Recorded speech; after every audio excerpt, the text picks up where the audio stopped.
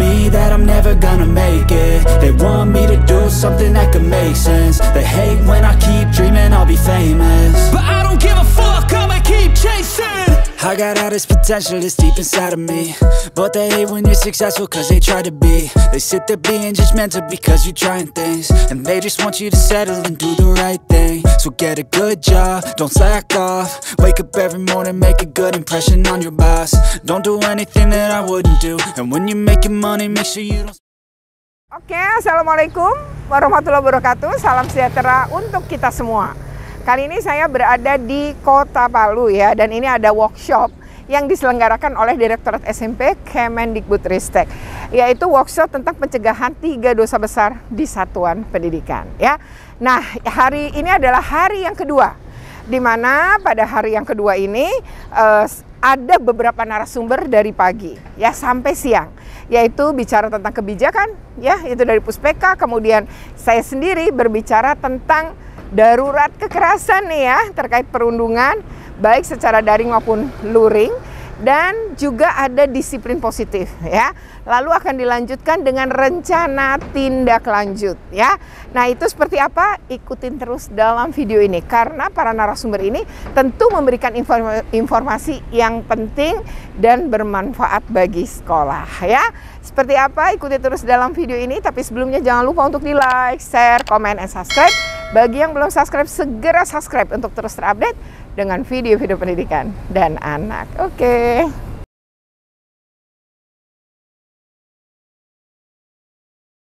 Klarifikasi yang pertanyaan ketiga, nanti Pak Ridwan ya, ini nanti akan dijawab Gubernur, karena saya lihat pertanyaannya ini di luar satuan pendidikan. Kalau di luar satuan pendidikan itu bukan ranahnya kami, nanti ada Gubernur yang akan berbicara tentang itu karena berkenaan dengan di luar lingkungan satuan pendidikan. Boleh ya Pak ya? Ya, nanti kami sampaikan ke Gubernur. Gubernur sekarang jadi wartawan CNN knowledge.com.id gitu.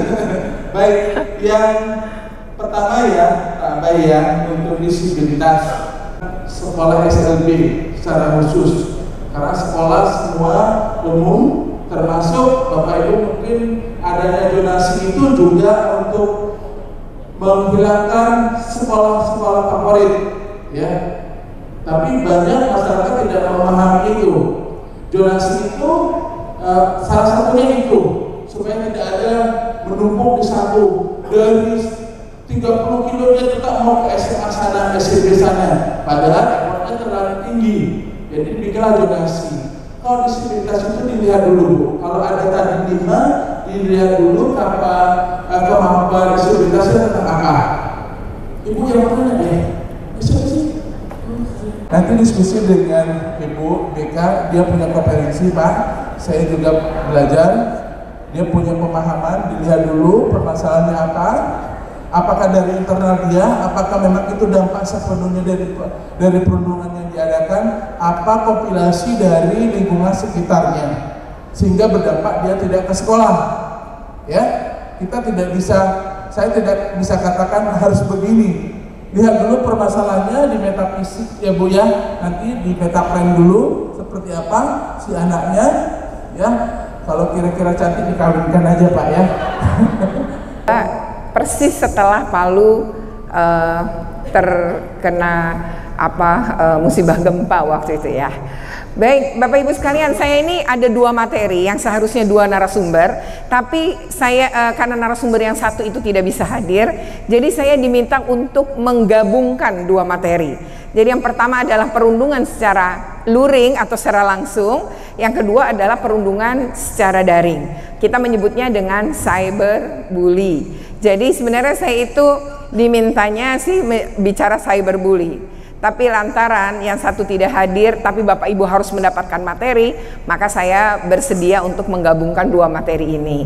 Atau bully itu sering dianggap oleh sebagian besar kita maupun anak-anak sebagai bercanda.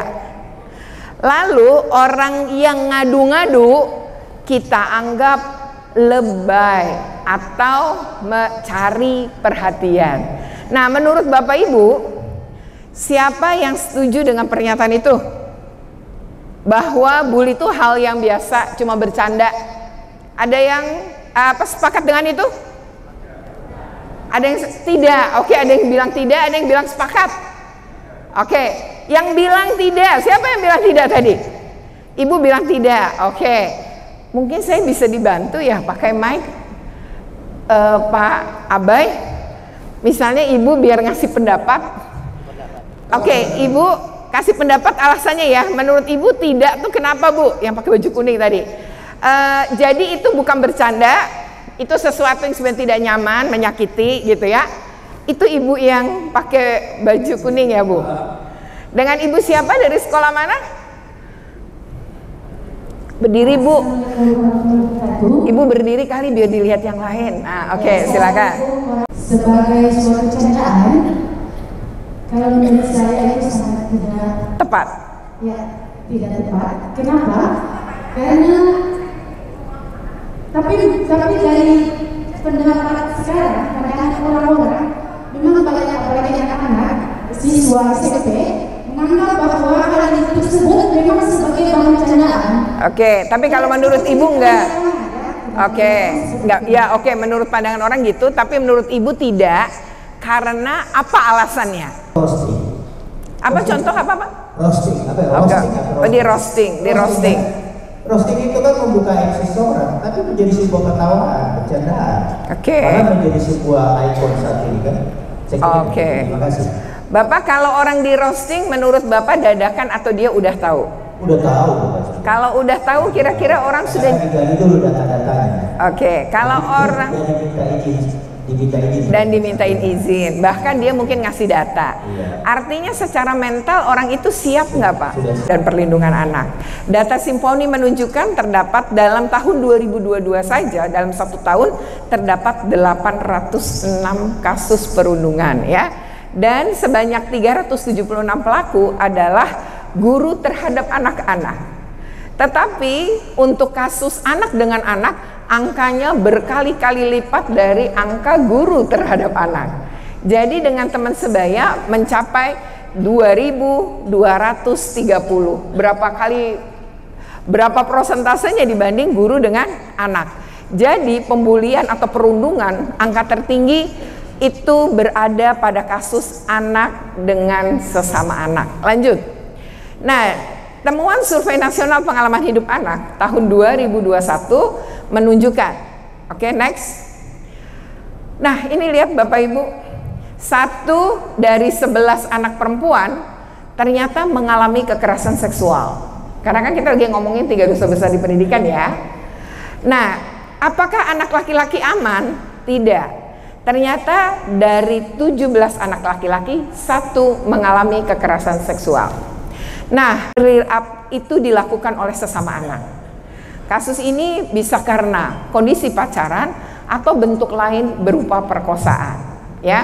Dan kalau pacaran pun anak dengan anak melakukan hubungan seks, jatuhnya tetap pidana Bapak Ibu.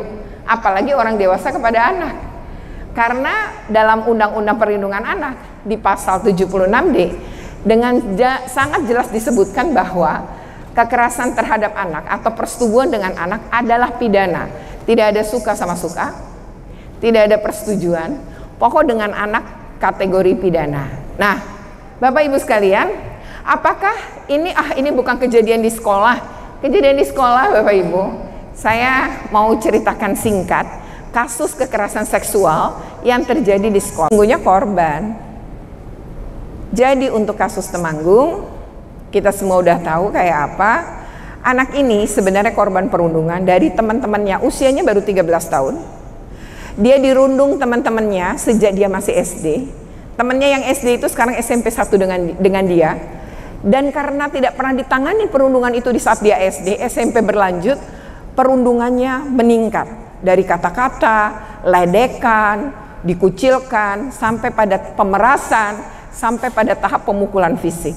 Suatu hari anak ini mengalami pengeroyokan.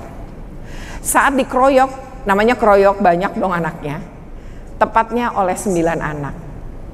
Dia lapor dan kondisinya luka. Saat dia lapor, pertama anak ini melaporkan ke guru berharap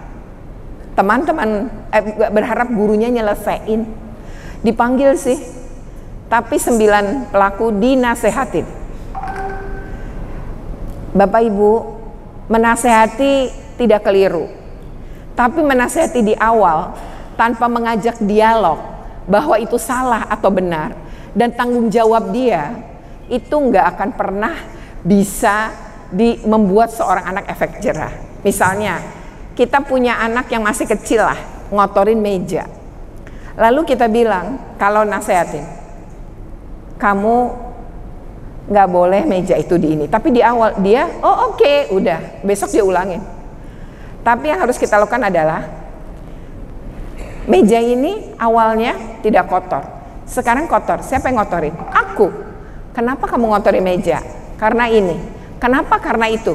Jadi dia diajak dialog sampai sebuah kesimpulan.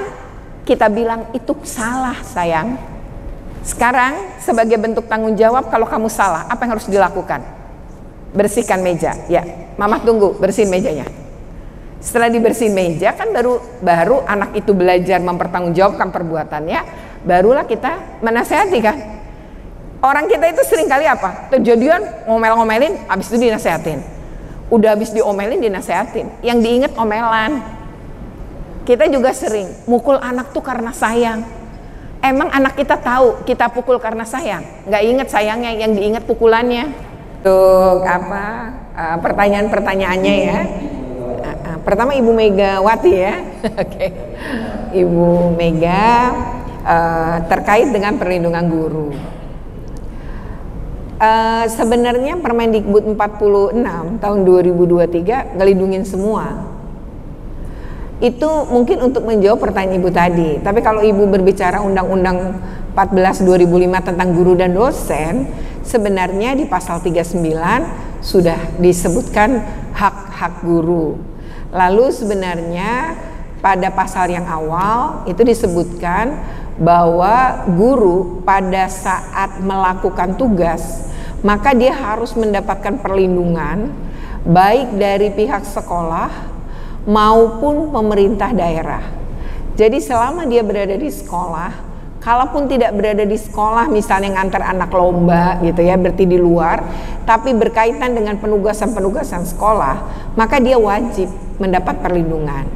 Lalu Undang-Undang Guru Dosen pun menyatakan bahwa guru juga berhak mendapatkan hak pemulihan psikologi, pemulihan nama baik ketika sesuatu yang ditujukan kepada dia itu tidaklah terbukti.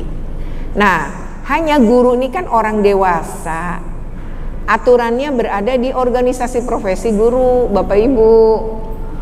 Jadi yang bertugas melindungi Bapak Ibu adalah pertama organisasi profesi. Maka di pasal 42 Undang-Undang Guru Dosen menyebutkan 5 tugas organisasi profesi guru. Nomor 1 jelas disebut, organisasi profesi guru wajib menegakkan kode etik guru. Salah satu kode etik guru misalnya tadi tidak melakukan kekerasan, baik kekerasan seksual, perundungan maupun kekerasan dalam bentuk lain. Maka berarti itu harus ditegakkan oleh organisasi profesi. Namanya penegakan apa? Kalau dilanggar ya mendapatkan sanksi gitu loh. Tapi ketika guru dituduh melakukan sesuatu, maka di poin keduanya dari pasal 42 menyebutkan bahwa organisasi profesi wajib melakukan perlindungan terhadap guru yang menghadapi masalah. Bintangnya. Bapak Ibu bisa menangkap? Jadi kalau kita ingin menghasilkan bintang, kita harus jadi cetakan bintang. Tidak mungkin kita menghasilkan cetakan, menjadikan bintang kalau kita sediakan diri sebagai cetakan tempat sampah. Mau nggak Bapak Ibu? Oke, yang paling pertama mau. Setelah itu bertobatlah. Maksudnya setelah itu siapkan kemampuan supaya mau itu bisa terlaksana. Terima kasih Bapak Ibu. Waktu yang pendek bisa dijelaskan seperti itu. Saya balikkan. Baik, terima kasih banyak Pak Henry. Sepertinya waktunya kurang ya Bapak dan Ibu ya. Iya. Bapak Ibu kurang, susahnya di aku ya. Kayaknya kalian dulu. Ibu Retno, Kabupaten Poso, saya dan Kabupaten Parigi, Bapak Rudi. Untuk selanjutnya silakan Pak Irfan, Abang. Ini tidak usah oleh Ibu Bupati diisi semua, tergantung tugasnya yang tadi. Bisa dipahami ya? Bisa dipahami Bu, Pak? Apa yang akan Ibu lakukan atau yang Ibu Bapak pernah lakukan di sekolah Ibu Bapak, silahkan tuliskan di kertas post-it, tempelkan di whiteboard sana. Setelah itu diskusikan bersama kelompok Ibu, menentukan dari praktek-praktik baik yang tadi mana yang terbaik menurut Ibu Bapak sekalian. Diisi, dituliskan tiap sekolah atau dinas, silahkan membuat proyeknya.